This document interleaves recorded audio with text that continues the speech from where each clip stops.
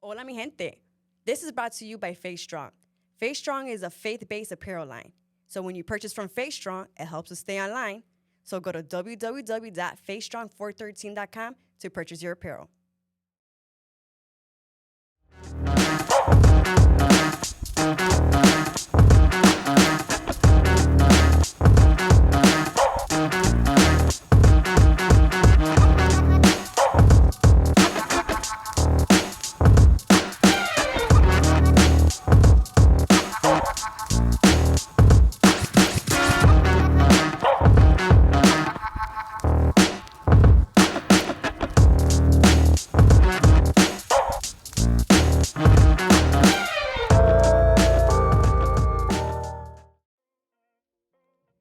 What's up, everybody? We're back on, and we have a close friend of mine, a man that's been in my life in the good and the bad. I can actually say that.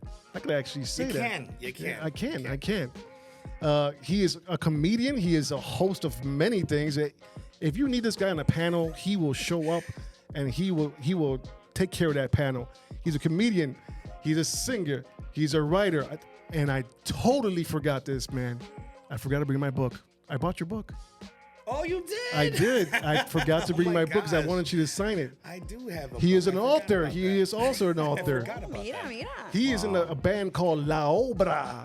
It's a is it bachata or reggaeton? It's experimental. That's what we call it. Okay. It's experimental. Okay. No, it is bachata. Technically, it started off in the bachata movement of the early 2010s, if you will. And we are 13, 14 years old now, man. Damn. Okay, let me go back to this. Feel old. He is a father. He is a husband. I am a father and a husband. Hi, honey. People in Chicagoland area, I can believe New York and other places, maybe Florida, also know this man for his voice. Yeah, absolutely. He's- I've done a lot of voiceover acting. He's done some TV as well. Dang, man, I feel old now. Man. Bring out the list. Who am I talking about? I'm talking about Matthew Lyon Montalvo. What's going on? What's going on? Welcome. We're so man. happy to have you here. You're I'm such happy good to be here, vibes. man. I'm happy to be here. Just seeing just young talent in front of me like this makes me. It's bringing my gray hairs black again. He made me feel good. He said, young talent. Thank you. Gracias. Yo, so we got some icebreakers. Yeah, absolutely. It's the same icebreakers that we gave the older person, Jesse Fuentes. Jesse, what's up? 'Cause Jesse? I believe we all come from that area, that time. Yeah, man. So for there's some extra ones. So tacos or burritos? Tacos all day long. Tacos all day long. Okay, I could deal with that. Mm-hmm. White rice or yellow rice? This is good. This is a good one. I'm gonna have to go. Wait, you said yellow rice. I'm sorry, yellow rice is Arroz con gandules type. Yeah, of yeah, rice? yeah, Okay, yeah, because yeah. yellow rice could be Mexican rice, and there's nothing wrong with Mexican rice. So what do we call Puerto Rican rice? Yellow rice. Arroz con Yellow, gandules. yeah, but we, I don't think yellow rice. Because for example, and this is just my experience. Okay. When Mexicans usually get introduced to a Puerto Rican, the first thing they say is what? How do you make ajo con gandules? Thank you, Yeah. Why is exactly. that? Why is that true? Why is that true? I don't know. All It is the true. time. I don't All know. the I don't know why. time. All the Oh my time. God, you're Puerto Rican. Oh Yeah, my God. all the time. It's like saying, oh my God, you're Puerto Rican. Daddy Yankee. Like that's that's what it feels like. J-Lo. J-Lo. Oh my J-Lo. gosh. So when I think arroz amarillo, I think Mexican rice. Absolutely. But if I had to choose, I'd probably say white rice because you can eat it with way more things, including sushi. Yeah. Lasagna. Wait, like what? White rice with lasagna. Oh, I thought you meant like in the lasagna. No. Jesse Fuentes says she likes it white as well. Yeah. Because you could make it saucy with the beans. Oh, that's a good point. Yeah, without habichuela, you got it. Well, she made me hungry that day, and I'm not even no carbs, and I wanted to eat carbs. Tom or Jerry? Oh, that's a good one. That's a very good question. I gotta say Tom. Why It's like Tom? I always go for the underdog because even though he has the more strength, everybody knows that Tom's gonna get his butt kicked. He's gonna get one. He's gonna get it. Jerry's gonna beat him. At the very end, he's gonna get him. At the very end, that's gonna be the last episode. Tom eats Jerry. Right. So we got Nikes or Adidas? Oh man, I'm wearing Adidas, which is funny, but I'm gonna go with Nike. I'm this Nike kid from way back when. Air Force One, a clean set of Air Force Ones. Yeah. That's how you can tell. Like, I don't know about y'all, but like when I see somebody with some dirty Air Force Ones, immediately judged. But you see some slick Air Force Ones. Yeah. We got it going on. Yeah. So bachata or salsa? Salsa all day long. Bachata to me was fun for a little bit. It allows you to get next and close to someone while you're dancing. Respectfully, of course, because we woke. But salsa is in the blood. You know, it's a part of our character, our culture and heritage. So salsa. Awesome. Salsa. Biggie or Tupac? Biggie. I cannot stand Tupac. I said it. I'm gonna die on this hill. I'll die on that hill. Biggie all day long. I feel like if you go out to a nightclub or like just a place where they're playing a lot of music, you're not gonna hear many Tupac songs, but you will hear a couple Biggie songs. You will hear "It Was All a Dream." Yeah. Boom, boom, boom. Juicy. Yeah, but I can't. I don't know why. Whenever Tupac says the word penitentiary, it bothers me. He says, penitentiary. Always penitentiary. The second I hear that, it just makes my booty itch. I don't know. All right. Jay-Z or Nas? Oh, that's a good question. I would say Jay-Z for longevity, but I just love Nas's soul. You know, he's an old soul, and he's still on the block. You know, and he beat their Jay-Z. I guess Jay-Z out in the open, but low-key Nas. Okay. Yeah. Okay. Nice. All right. So you said salsa, but I want to switch it up a little bit now. Salsa or merengue? Oh, damn it, I knew it was coming. Darn it. Okay. This is a hard question for me because merengue, I look to merengue like I do disco music. Okay, when I remember being a kid and my mom waking me up to the Bee Gees. Remember the Bee Gees? Right? Absolutely. You can tell by the way I move my walk, I'm a woman's man, right? Or like Gloria Gaynor, you know, stuff like that. And you know, as you guys know the story of disco, it just fizzled out. Yeah. And merengue has a similar trajectory. You know, merengue comes from that dance, that party scene, the African tribal percussion. You know, and I started off my music career with merengue. But so a lot of people see merengue, they think el people, culiquita cati. That's what they think merengue is. That's what the world sees merengue as. But merengue is so multifaceted right now. What the Dominicans are doing with it, what the world is doing with what house music and EDM scene is doing with merengue. So I think deep down inside, I'm a merenguero, like at heart. You know, Juan Luis Guerra, old school. Wow. Yeah, no, I don't know. Awesome. You're getting me emotional here. So one of my favorite genres, jazz or Latin jazz? Oh, Latin jazz all day long. Yes. Only because, you know, we Latinos, man. We need that little percussion. You know what's funny? I've performed. Not a lot of people know this, but I've performed in the live Latin music scene here in Chicago since I was 16. That's a good 24 years professionally, right? And every single time we perform with other musicians, it's always the same. The second they see Latin percussion, the timbalero, they see the conguero, the bongocero, the guidero, they see the Latin percussion, because that's not very common in music, you know, live bands. They just stand there in awe, thinking of how the heck is all this banging on something gonna sound good. And then, you know, the Latin percussion comes in, you know, it works. It works, man. See, that's why I love jazz. Latin jazz. Latin jazz. Yeah. Latin, I love jazz too. But Latin jazz is my thing. Matthew, favorite food? Ooh, yes.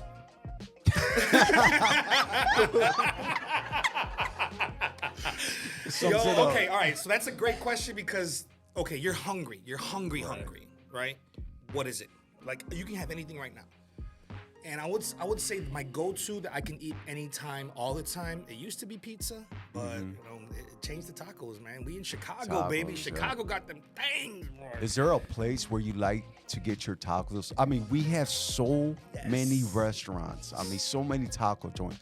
What taco spot do you recommend? Man, see, I always say what my favorite is, but I hold it with a grain of salt because I'm a North Sider. Right. South side Mexicans know where the good spots are because those are the places that you walk in and your feet stick to the ground. Those are the good joints. Yeah. But the north side is very limited to what we have, and our tacos are way more expensive. Yeah. So if you tell somebody from the south side, oh, you got to go get your tacos there, the first thing they're going to say is, how much are the tacos? Yeah. And you say $4 or $5, they're going to look at you like you just... Per taco. You just killed their cat or something like that, right? Yeah.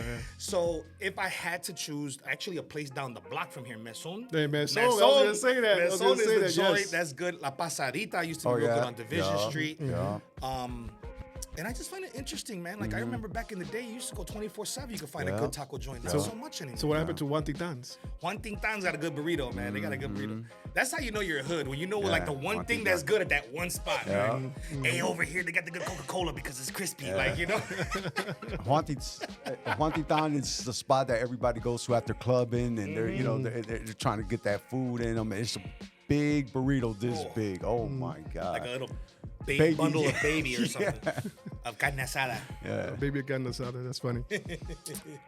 Favorite TV show when you were a kid and a favorite show now? What? Okay, I remember distinctly Saturday morning, 10 o'clock in the morning, hearing that X-Men, the animated series, man. okay. X-Men, for some reason, I was a big comic book nerd when I was a kid, so X-Men and all those TV shows, Teenage Mutant Ninja Turtles. I don't know how many times I said Cowabunga when I was a kid. I didn't even know what it meant. Yeah. Favorite TV show now, matter of fact, I just passed by today trying to convince my dad that it was a good show. Breaking Bad. Yes. Breaking Bad to me Yes. is like the greatest show of all time. I love Bryan Cranston. He's a great actor. And yeah, it's one of my favorite shows. I could watch that thing over. Yeah, great show. So, let's see. Famous person you would like to meet, dead or alive? Famous person. Always wanted to meet Barack Obama. Okay. I just Wow, wanna, that's I awesome. think he is so smooth with it, Yeah. so I intellectual agree. with it. I agree. I think that the presidency is a place where you have to placate a lot. You have to make a lot of people happy from the left and the right. So to see how good Barack was able to navigate with both, how he just like had this little look about him, you know, he's just real chill and just he's just so calm and confident. I'm like, man, Barack's that guy, man. I would love to talk to Barack. Awesome. Favorite all-time movie? This is a dumb one, but I believe that the good movies are the ones that you can watch a million times, no matter what, right? And I hate watching movie twice. So my favorite movie of all time is The Predator. I don't know why. I love The Predator. I don't know Predator? why. I don't know why. Part 1, 2, 3, Part 5, 10. Which one? Part 1. Okay, I don't know okay. why. Every time I see The Predator, I gotta watch it. It's a cross between The Predator and Forrest Gump. I love Forrest Gump. Forrest Gump. I love Forrest Gump. Yeah, I always stop on Forrest Gump if it's playing. Yeah. Yeah, and then like I would say that was my top three: Predator, Forrest Gump, and 300 for some reason. 300 with Spartan. Yes, well that's three. Yeah, that is three. I meant Gladiator. Oh, the Gladiator. My Okay. fault. Oh, Gladiator was Yeah, Crowe. yeah. I meant Gladiator. My bad. So, PlayStation or Xbox? PlayStation. I'm a Sony guy. Yeah, PlayStation. All yeah, day. all day. Oh, Jay, you play PlayStation? No, I don't play no He's games. like, I got You things play no to games? do. I don't play no games. I don't play no games. I mean, the last game, gaming system, man. I'm just gonna tell my age. You know, Was it I got- 2600? I think it Was it Super 2600? Super Nintendo, man. Dang. Super Nintendo. I can tell you don't play any That's games right. because how white your sweater is. Bro. That is and that hat. My hat will be like fingerprints on it already. Oh, man, I from haven't worn- Cheetos and all that. I haven't worn it. I just brought it here to show support to Puerto Rico. You know, Yeah, man. because of the festival. So, Yeah, you know, that's a nice hat. That's a nice hat. You know, keep it nice So and clean. no games. LD? No, I don't play no video games. Sorry. No games? Nope. I had an Xbox when I was little, but that was a long time ago. I don't remember. So your oldest console, what was it? Anyone on the table? I Your think oldest it's console. Super Nintendo, man. Really? Your oldest console? Yeah. Okay. Yeah. Mine was 2600. Damn. Wow. That's Yes, I'm way old. back. I'm old. And you're the youngest one on the table. I am the youngest one. Sorry, guys. Hey, let me ask you a question. What was your milkman's name? Bob. You know the guy that came around with the carton of milk, the gallons. He said, Awesome. That was a good one. So, man, what are you doing these days, Matthew? What is Matthew working on these days? As far as acting, as far as your yeah. band La Obra, Yeah. from your family. Let's start with your family, man. Family's good. I have a teenager. He's 13. So, and he's 13ing a lot right now. He's really 13ing a lot. I come from a family where my father was a Marine and a black belt and a farmer. So from the island. So then he moved to Yonkers, New York. So he grew up in the project. Man, let's just say my dad was tough, to keep me out of his way. So a son is a mirror, usually a mirror of their father, or the exact opposite, a mirror or a black mirror of their father. So trying to instill that discipline on a son. Growing up in Chicago, I also was an investigator on my day job a lot of years back for DCFS. So seeing what the streets can do to your kids was big for me, and trying to mold him into a little distinguished gentleman. And I always, I was always that one to quickly give people advice about their kids. But then, when I try to have to take my own advice from my kid, that's when you realize, man, I was messing everybody up. This was all bad advice. I have a 13-year-old who's 13, and he's about 6 inches taller than me. He's a size 13 shoe. He's already that Wow. And he's 13 years old. So when he was about 7, 8, 9, when he was about a foot shorter than me, I made sure I beat the pants off of him in basketball. Ooh, I beat him by like 30, and I never played him again. I'll be like, so now he could dunk on me right now. Right. I just tell you that right now. He could dunk on me course. if he wanted to. So now I'm just like, Papi, I don't want to play.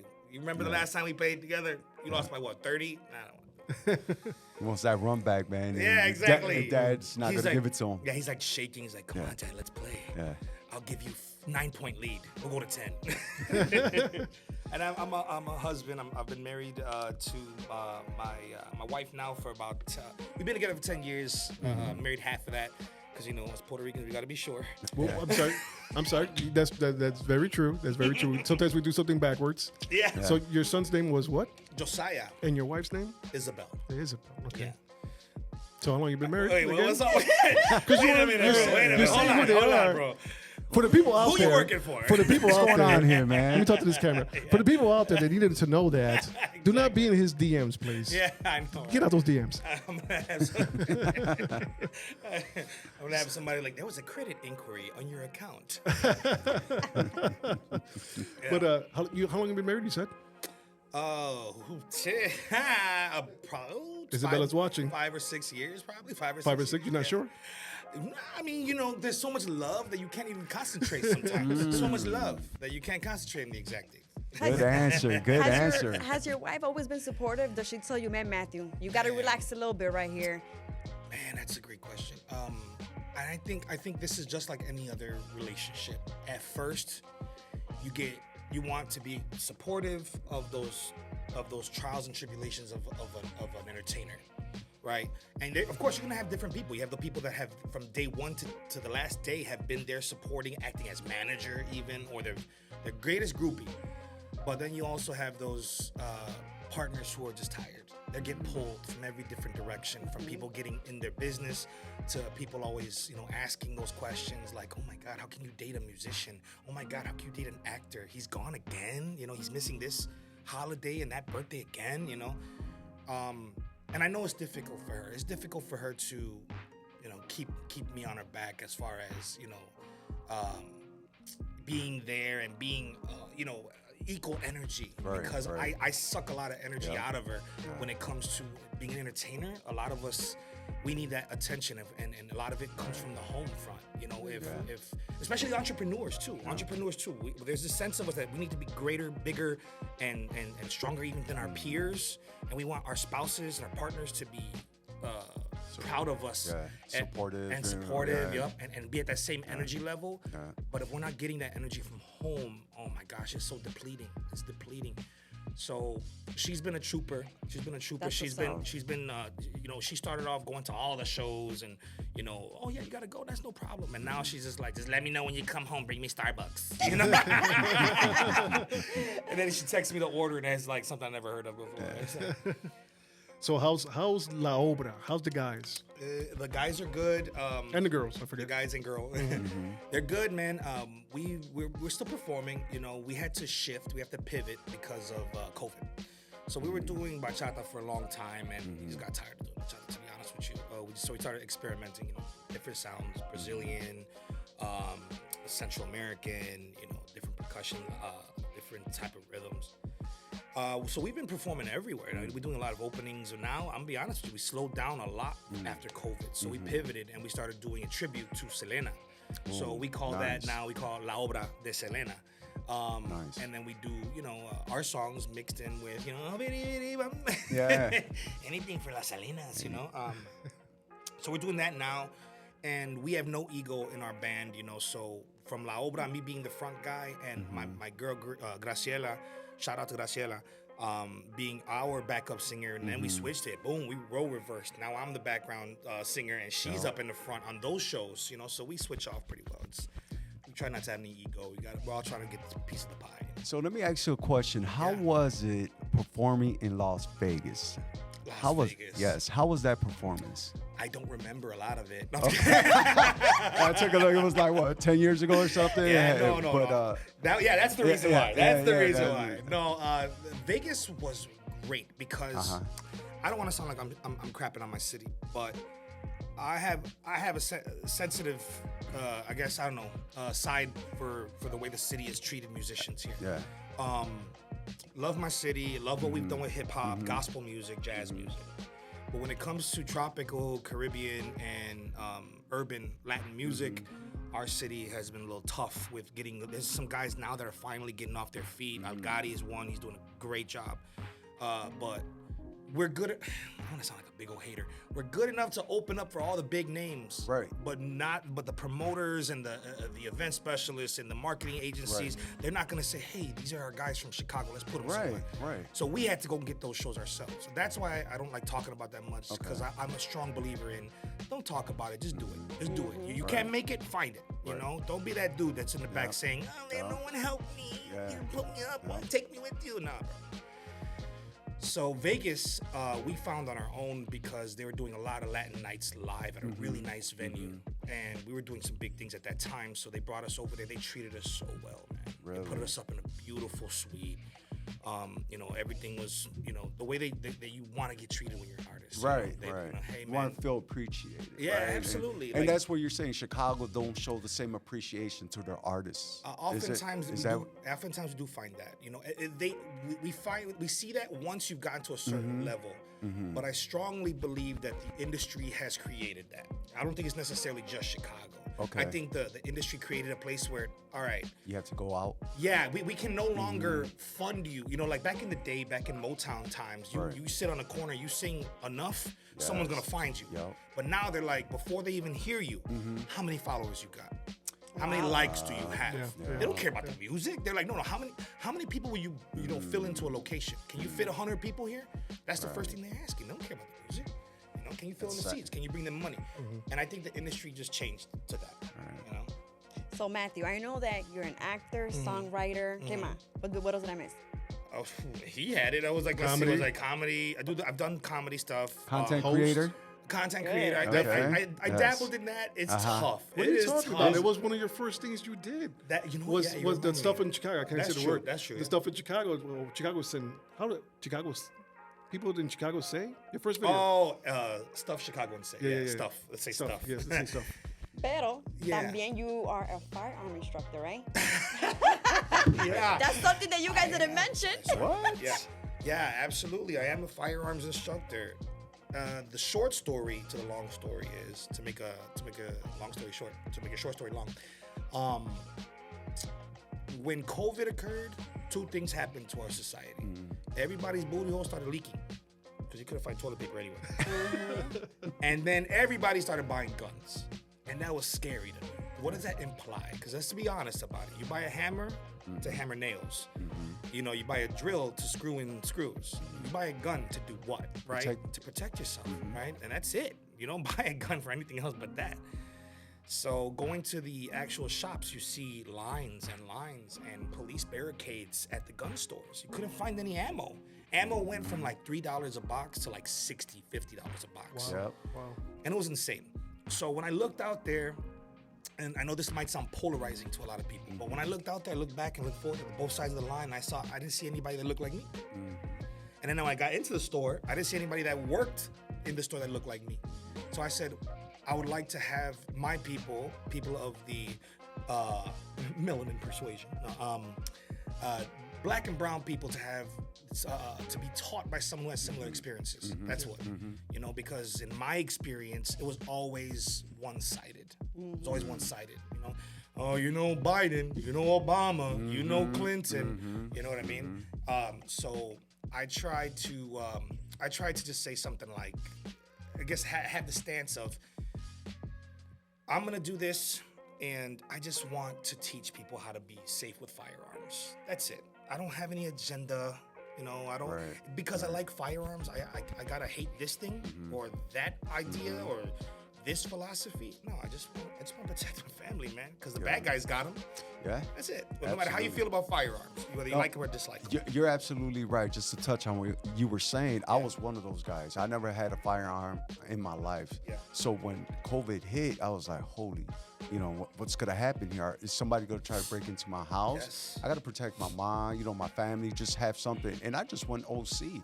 I bought a rifle. I bought this. I just went Rambo. I was gonna buy the knife and everything with the compass. I was turning off the lights. I was turning off the lights. I was doing drills at night because you just didn't know. You didn't know what purge, what was going on. I mean, like you said, toilet paper. You couldn't even find toilet paper, bro. Coffee filters. That's it. That's you gotta get the coffee filter.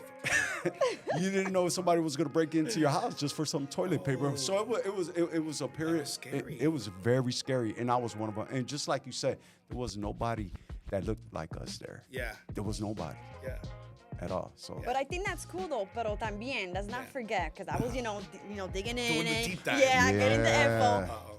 Not only And there's you're- nobody better to do it than a Latina, Oh right? yeah. So you're a firearm instructor, but you have a class that's only for women. Right. Can you give us more info about that? Yeah, I call it Babes and Bullets.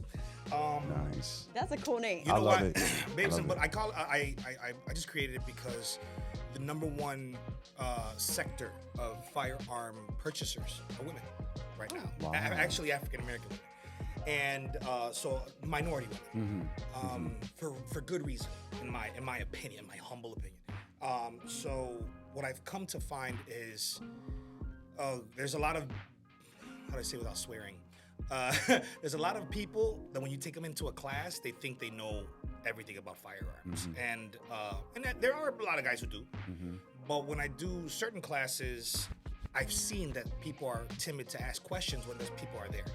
Because somebody says, "Oh yeah, this is the way it goes. Oh yeah, this is the way it goes." So then those people have those really hard questions, those really vulnerable questions. They tend to stay quiet because homeboy is taking up, or this person is taking up too much energy and space. So it's a safe space for people to come and ask the questions that really matter. I've come to find that a lot of those classes also include people who've been through some stuff. They've been accosted, they've been threatened, they've been maybe even well, I don't want to get into a dark place, but just bad things have happened to them, so where they feel like they have to do it, they need it. So sometimes it gets heavy, but oftentimes it's women can be very fun as far as like, all the girls, they start working like, yes, girl, yes, sis, let's go, queen, come on, pat, pat, pat. No, I agree with you. So women could become intimidated, definitely, when you see macho man talking about, oh, I know about this, that. Exactly. Definitely, and then you can meet some of your girlfriends in there too. Well, I love it. I love the concept. Like, seriously, when I seen it, I'm like, I gotta sign up for your class. Seriously. Yeah, for sure, man. We'll take care of Definitely. you. That is awesome. Actually, me and my wife actually took a class with my brother-in-law. Shouts out to Andy and Sonia. We took the class with you. We had so much fun. So much fun. And I was one of the guys who were like, yeah, I've carried a gun before. I've shot a gun before. Yeah. But I needed to know a little bit more than just how to pull that trigger. You know what I'm saying? Yeah. And he taught a lot, and we had a good time. Yeah, man. So- I try to make it fun so people remember stuff. So you kind of teach the laws behind it. It's not just grabbing the gun and shooting, right? I mean, you teach. Well, it depends on what state you're in. Okay. If you're in Texas, You you're in can- Texas, just grab the gun and shoot it. Yeah. You don't even need a concealed carry over there, right? They got Yeah, open. they have like open it's just carry, open. universal carry. Yeah, there's so many different options now. Yeah. But yeah, we do. We go over when you're doing concealed Like carry. the laws to protect you, as a person. Because I mean, even though you have a gun, it doesn't matter. Even though you're protecting yourself in an event, you got to know what to do and 100%. and how the laws could still come after you. That's you know? what I didn't Yeah. know, and it's what he taught. Oh, there's a lot of stuff that you goes can get behind yourself it. in trouble thinking you're Yes. protecting yourself or your loved one, Absolutely. but you're really getting in trouble at the same time. 100%. 100%. You gotta know that law. There's a big difference, and just the introduction to using your firearm in a lethal Yes. situation, or the #1 step is you got to understand what state you're in, Yeah. because there are states out there like Texas or like Indiana, I think, I believe, Florida, that are stand your ground states. We're not, right? A stand your ground state is they'll draw a line, say you cross that line, I'm fixing to shoot you. Sheriff comes around, why'd you shoot him? He crossed the line. All right, well, have a great day. It's something like that. In Illinois, it's not like that at all. In Illinois, you really have to have your life, threatened. Man, that's great. Wow. That's That is great. great. That She's is been great. wanting to ask you that question ever Yeah. since I told her that you were coming. Oh yeah. Not Hey, for your take singing, care of it, not man. for your singing with the what y'all would think, not for your singing, not your acting, but he teaches how to shoot guns. You know what? It's funny. My first like large TV show required me to hold a firearm and point it wow. at someone, right? And the firearm that I had was one I owned. So I'm over here like clack, clack, clack, clack, clack, boom, put it right there. And they're all like, wait, what? You know what I mean? This was around the time that Alec Baldwin had shot his co-star. Yeah. And so it was huge on set. There's someone called I think it's called an armorer, which is basically like an offshoot of a offshoot. See what I did there? Shoot, an offshoot of a prop, a master prop, someone in prop staff. And this person's only job, is to handle the firearms, sign them all out, show them to everyone, make sure they're unarmed, disarm them, remove the magazines, show everyone on staff and how to train them. That's the only job they have. In this set, it was like she was like 19 years old. And like she was holding the firearm like a dirty dish. And I'm just sitting there like, oh God. And then so when they saw that, they were like, oh, okay, he's cool. He knows about a firearm too. Awesome. So speaking about shows, what shows have you been on?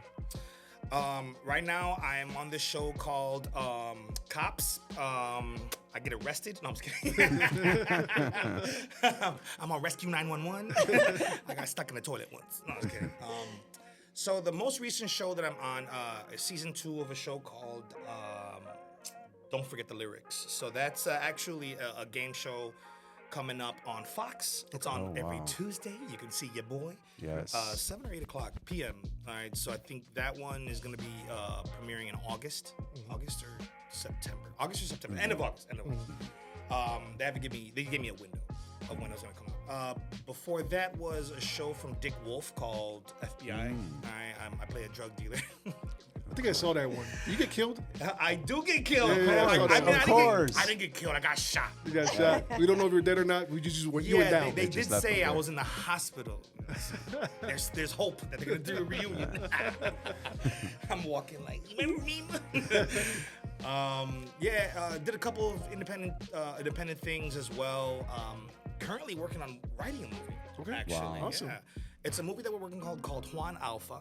Juan Alpha is a story. It's well, I don't want to give a lot of it away because a lot of it's. Does it have podcasters? Because we will be in it if you need some podcasters. we're gonna write it in. Now we're definitely gonna write it in. It came about by me complaining. I was complaining. I've been loving with John. Have you seen John Leguizamo's? Yeah, absolutely. One of my favorite show? actors, comedians, everything. Yeah. So John Leguizamo has this show about Latinos in America. I love it because he's going to every big city and talking about why it's important for Latinos and for everyone else to know us. And I've been really jealous. I'm gonna be honest with you, jealous that I'm seeing Wakanda, I'm seeing Black Panther, I'm seeing Crazy Rich Asians, I'm seeing Beef, and I'm thinking all Asian cast, all Black cast, all Middle Eastern cast. Where is the Latino cast? Why? Why is there no Latino? And we get things like Blood In and Blood Out. We get Scarface. Which is Blood In, Blood West Out. Side Come on, that's a Story. classic That's a right classic. there. That's a classic. It's a classic, but Latinos go through other things besides drug dealing and jail. Facts. We go through other things Right. besides dancing, right? You got movies salsa. Yeah. It's literally called salsa, Yeah. right? And every time it's an all Latino cast, the Latinos have to look amazing. Like Latinos have to look like you guys right here, like young, good looking, like right. a sharp, right? That's right. Hold on. You heard that? Young and good looking. All right, let's go. And the reality is, not every Latino is, Spanish fly. Not every Latino is a drug dealer. Right. We don't always talk about mariachi. We don't always eat tacos and rice. We go through regular schmegular stuff like everybody else does. So where's our movie? Yeah. They gave us Wakanda, and they put Namor. His name's Namor. The Submariner, right? They made him Latino, right? He's not Latino in the comic books, and I'm a comic book guy. He's not Latino, but they're like, hey, we need something for the Latinos. Give him the water guy. Give him the water guy. Wow. Of all of them, they gave us the water guy. There's a joke behind There's that a joke one. behind it. I'm not gonna go one. there. They gave us the water guy, and they don't even give us the movie. They gave us the villain. We're the villain, right? So, always wanting to do be a part of the Marvel universe or the even the superhero universe. We decided to come up with a Hispanic themed superhero movie. Although one is coming out. It's called Blue Beetle. That one looks good from DC. We're working on that now, and it's a comedy. So it's a comedy. I'm really excited about. That's great. Yeah, Man. it's called That One is Alpha. great. That is awesome to see that. Awesome. Any more questions? I thought you guys had questions. Well, I kind of wanted to lay back and let them ask this questions. guy so I does didn't- so I much. got you, I mean, this guy does a I know. lot, man. There's so many questions. There is a lot of questions. Yeah, So- there is. So I got a question. Go ahead. So what made you fall in love with singing? How did you know you knew how to sing? Did someone tell you? You're like, I can sing. I sang. Here's the disclaimer, honey. I'm sorry, I have to tell this story. My wife's Auto-tune? listening. No. It was a girl. It was a girl. That's it. This is an easy one. So I still remember her name. I know exactly who she is too. I hope you're fat now. No, I'm just kidding. She's probably watching this, bro. I remember being in grammar school and I would go to church. It was Catholic church. And I remember singing those very Catholic songs, right? That are very, right? Very like monk-ish, very, everyone sings like this, right? So I'd go all the time, and I'd actually start going by myself. My parents, it was a little rough for them to go. They were busy. They didn't want to go, whatever. So I'd go by myself. I'd walk to church to sit, and I'd see her all the time. She went to my grammar school, too. So I realized to get closer to her, I probably should join the choir. So I joined the choir, and I started singing, too. They had the choir open to all the kids and sing. So every kid eventually had their turn to sing a song by themselves. And I still remember this line. I got kicked out of the choir for this. The line was, "To you, Yahweh, I lift up my soul. Oh my God." That's it. So when I get up there, I'm like, oh, people are listening. She's watching. "To you, Yahweh, I lift up my soul. Oh my God." Right? And I put that little oh my, that it got kicked out. That's not the way the song is sung. Put a little note. But it sounds good. That little riff. They didn't like it, so I get kicked out. And then I ended up dating that girl's cousin, so that didn't work out. That didn't work out. And that's how I got into singing. That's how I knew I can actually hold a note. Okay. And I got into like professional music, though, the short story is, through doing choreography for bands here in Chicago. Back when merengue was big, they did all the dance moves, like Are you the talking kids about on the block. Remember that club Sapphires? Yes, Yeah. that You was guys remember I was 16 years old in Sapphires, bro. You were 16 years old I in was Sapphire. 16 in Wow. Sapphire. I remember I made out with one of the go-go. Wait, you know what? Let me just. That Anyway, was before he was married, guys. That was way before. Yeah, That was I was drinking water and all that. So, the story goes that their main choreographer like quit or something, and I was doing dance groups like folklorico, like so dancing to songs from Jay Rivera and DLG and doing numbers for them, and going to the festivals and dancing with kids. So I was kind of like 15, 14, 16 around that time. They're like, "Hey man, can you do our choreography?" I started doing their choreography. It was a band called Merenbanda. It was all merengue. So one day, one of their singers didn't show up, and I just filled in, and I solidified my spot from there on. Wow. That was when I was 16 years old. I was at Sapphire, being out there with Sapphire. overgrown clothes. Yeah. I was like, hey. So you talked about church. Yeah. How is your walk with the Lord and Savior? Right now, it's in a kind of a weird place. I grew up Catholic, very Catholic, not necessarily extraordinarily practicing Catholic, but I went to a Catholic preschool, Catholic elementary school, Catholic high school, and Catholic college. I graduated from DePaul University, Catholic college. So after DePaul, I craved more, and I don't know. I think it was I dated somebody at that time they were like, "Just come with me to my church. Just come with me because I know you go to yours, and just come with me to mine." So I ended up going, and I just remember hearing the music, and I just dropped, boom, and just started bawling, just tears. I felt like I haven't felt it real until this, and it just started bawling. And then that's when I first realized I don't think I'm getting the message that I need. So I started attending New Life was one of them. I started attending them. I checked out Maranata. I checked out. I forgot that. I think it's Águilas de Dios. I think that was another one I checked out because one of my bandmates was there, so I went there a couple times. City Lights. I checked out City Lights. So I was hopping around like a little. I was hopping around from place to place. No, I don't like you. And I feel like I'm very sensitive to. I don't want to sound like I'm bad mouthing like church culture, but I'm very sensitive to drama. The second I feel it, I don't want to be there anymore. So you get things like feeling. You get a lot of churches that like they act a little cultish. The second you walk in, I get you're trying to be welcoming and comforting to me because you've never seen me before. But this might be a place that's jarring for me. Right. Where if I'm going and I'm just going, I'm saying, God, take me. And then you stay there, you say, hold up. It's kind of like you're the gatekeeper. It's kind of like you're saying, you need to talk to me before you get in here. That's what it feels like. And that could be my stuff. That could be my trauma or my backstory. Right. So all these places were like, hey, how are you? First time here, nice to meet you. And I'm just like, yeah, okay, hey, nice to meet you. And then I went to a place that, just remembering, where I saw on the projector screen, it says, if you are not baptized, you cannot receive the Eucharist, which makes a lot of sense for that religion, but that bothered me because you don't know where any people came from, but you're telling them in a projector, hey, don't walk up here if you haven't done this, which that's their rules, and I get it, but it felt very like... Yeah, I don't like that myself. Yeah, I don't like... It felt very like, you know? Yeah. The one thing I did like about it, one of the places I did go to was that they were biblical in philosophy, which meant they went through the Bible from 1 to 100. That's good. Every day they did a verse, and they went through each and every verse, and they started off with a goal and then takeaways. Like, this is what we're trying to teach you. These are the takeaways from it in your life. And that I did like. I did like a lot. That's where I'm at recently. Okay. Awesome.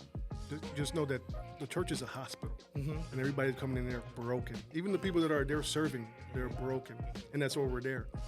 We're there to get closer. Yeah. And I'm not gonna say network, but we're there to love on each other, to remind ourselves no one's perfect. We serve a perfect one. So just want to put that out there. I love you. Catching it. There you go. There you go. So Matthew, Lyon, where do you see yourself in the next 5 years? 5 years. Because we're coming in 5 years, because I believe this podcast, Flavor Podcast, will be around for many, many, many years. So we're going to come back to this and say, yo, he said this 5 years ago. Now I got to put the money where the mouth is, right? 5 years from now, believe it or not, although I've done relatively decent, I guess, recently in comparison in acting, I see my acting career being a little more robust, hopefully. I want to get this. Gotcha, man. The Boricuas are out there with the Hondas, bro. Anyway, I see the acting stuff going a little bit, being a little more robust. I'm a firm believer in if you don't have opportunities, make them. So that's why we're writing this film. And I see this film doing relatively well because I feel like we don't have it. It's a niche, just like Flava is. You know, Flava is a niche, I believe. And I think it answers a calling, as the film does. As far as music is concerned, I've always been I always loved the city, and I'm gonna continue to do music wherever I fit in. But as far as original work, the work I've been doing in music has mostly been like polka dot, you know, helping people with their projects, writing for people, performing on, you know, a festival or two. You know, it hasn't been as robust as I'd like it to be, as it was, because I'm old. I can't even get up the stairs on the stage anymore. I can't dance like I used to. I get down on stage though. I just feel it the next day.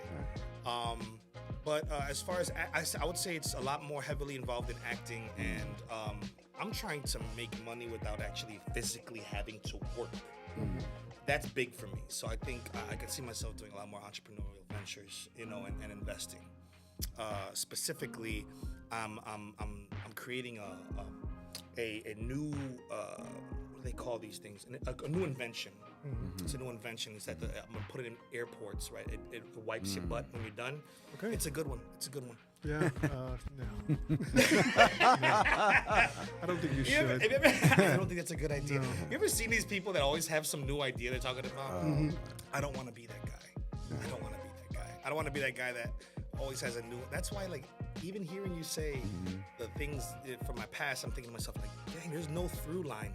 There's just a lot of things that I've done in my life. Yeah. And the older I get, the more I look back at that and I say, where's the meat? Where's the meat? Where I can look at you and say, this is what you do. That's what, you know? How many people do you know have done 5 or 10 different things and they've been relatively okay at them? Yeah. What's that? Jack of all trades. Jack of all trades. That's our guy, Franco. Jack of all trades. Yeah. Whatever he puts his mind to, he does it. Yeah. It might take him a while, but he's gonna get there. He's gonna get there. Yeah, but Jack of all trades, but master of none. Right. You know, that's the part that gets me in the feels. I want my son to look at me and be like, "Hey, my dad does this." Instead, he's like, "Hey, Papi, what does your dad do?" I saw him on TV once. He's out. I saw him on stage singing once. Oh, he wrote a book too. Oh, he teaches guns. He doesn't. You know, it almost sounds scatterbrained. So I wanted to. Oh, go ahead. No. I was gonna say, you know, you're into entertainment and whatnot. Do you see your kid following in those footsteps? I mean, have you been that type of parent that'll force that upon your kid or anything? Yeah. I'm a very big proponent of natural consequence. So whatever the world hits you with and whatever you gravitate towards, I'm not going to shove down your throat. Good. And what I have been noticing is that he has kind of goldfish syndrome, which is he'll start on it and then it's not shiny anymore. So he's over here, he started on it, it's not shiny anymore. He goes over here. And I don't want to be that dad that says, no, you started it, you're going to finish it. Right. I don't want to do that to him, but I feel like I kind of have to. We just bought him a keyboard because he was like, oh, I want to do producing. And I see him rapping all the time. Yeah. Terrible rapping, but I'm just kidding. I don't mean like your wife is going to get you for that, man. I don't mean like him being a rapper. I mean like him reciting other people's songs. Okay. And the music he's listening to. You know, I'm old. Like every older generation looks at the kids' music and is just like, that's trash. No está bien. Yeah, why don't you listen to like the hip, the hop, the heavy. Yeah. You know. Well, Matthew, man, thank you for coming down. Man, it was a pleasure. Thank you for being here. Thank you for we don't see each other much, but I know you always got my back. 100%, man. Like I said this earlier, you were there with one of my darkest moments. Yeah, let's talk about that. Let's talk about that dark moments. Well, you were there. You were actually there, and you actually came to my house. You actually did what you had to do. And you got there, and I thank you for being there. And I've always thought about that. You came to the house. You went up those 3 flights of stairs. My wife knows those stairs were crazy. And you went in there and you spoke to me and you poured into me, and I love you for that, bro. I really do. Appreciate you, man. Thanks for bringing that up. I that reminds me of a situation. I know you probably got to get going, but this reminds me of something. I went to a family dinner once, and went to a family dinner. We're all eating, and now, mind you, these are I say family, but this is their family. I'm not a part of their family. There's like 1 or 2 brothers, and there's cousins, and whatever. There's like 10 of us, 15 of us, something like that. And we're eating. Oh my God, it was a good caldo. It's like it's a Mexican thing. I forget what they call it. Menudo? It might be menudo. It might be pozole. Okay. Right? Oh, pozole. So they're eating that, boy, and then they're just getting involved. Everybody's talking, and then but you could feel like a thickness in the air of tension. Ooh. Until I find out after the fact, because I'm always joking, pulling stuff out of people, and there's certain places you don't go when there's certain things on the table. And this family in particular was a family that had recently lost a baby. So this toddler was playing outside and was murdered. It was shot by a stray bullet, and that was what was in the air, right? So the father of that baby was right where you are to me. And you could just tell he was tense, and it was a hard time for him to be with family without his child. Right. First time out since, so he was, pulling him back a little bit. And out of nowhere, because I'm not the praying type with people, because there's this group of people. I don't say group of people. A lot of Christians they believe on laying hands on someone to pray, and I don't do that because sometimes I don't know if that's okay. So something came over us, and we decided to lay hands on this family, and don't know why. Never done this before in my life. And everyone in the room just starts pouring, just crying. And I'm not talking about just like tears. I'm talking about wailing.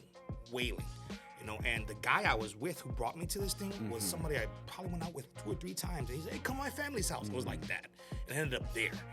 I say all that to say that I'm a strong believer in no matter what your alliances, allegiances, you know, the type of way you were brought up, being a good person should be the equalizer for everyone. Just doing the right thing and being a good person. And I think oftentimes we forget. I know I do too. I do a lot. We forget that there's an easy roadmap to it, right? And that's our relationship with God. That's an easy roadmap, right? It's always there for us. And I oftentimes forget about it. And I think that experience that we had together was one of those things where just something said, hey, you need to be there. And I think you've done that for me a lot of times too. You know, so thank you for that. Love you. So, Matthew, Lyon, Montalvo, you have flavor. Oh, no, you didn't. Wow. Hey, bro, I was out too. Thank you. Wait, do I get to keep this? So, real quick, we need to close this up with some segments. Yeah. What made you write the song? I don't know. Oh my gosh. I was always a fan of Weird Al Yankovic back in the days. Weird Al is a parody singer. And I would always do it. And my wife hates it. But I would always do it. I'd always change the words of songs to make them funny. Like, for example, Rihanna, right? I don't know what you started. I just came here and whatever. So my version was this. I don't know what you started. I just walked here and farted. Like stuff like that, you know? There's always changing the words. And then I Love You Papi came out from J-Lo. And then While Cooking one day, it just came out. And then I think the person I was dating at the time said, you should make a song into that. And then I did. And I just got a bunch of my friends together. And we made the song together. And it went viral. It went viral before viral was viral. Had I known then what I know now, things would have been very different. But I didn't really see it as, oh, this is something I can do. I would have been a millionaire, bro.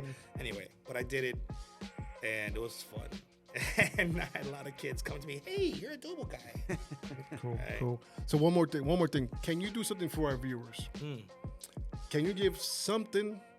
I'm asking you to give something away now. Give something away. A percentage. 5%, 10%, 2% on your course of 100%, okay. man. Here, I'll tell you what. If you guys mention Flava Podcast, $25, that's a lot for this class. So $25 off of your entire concealed carry course certification. So sorry if you're not from the state of Illinois,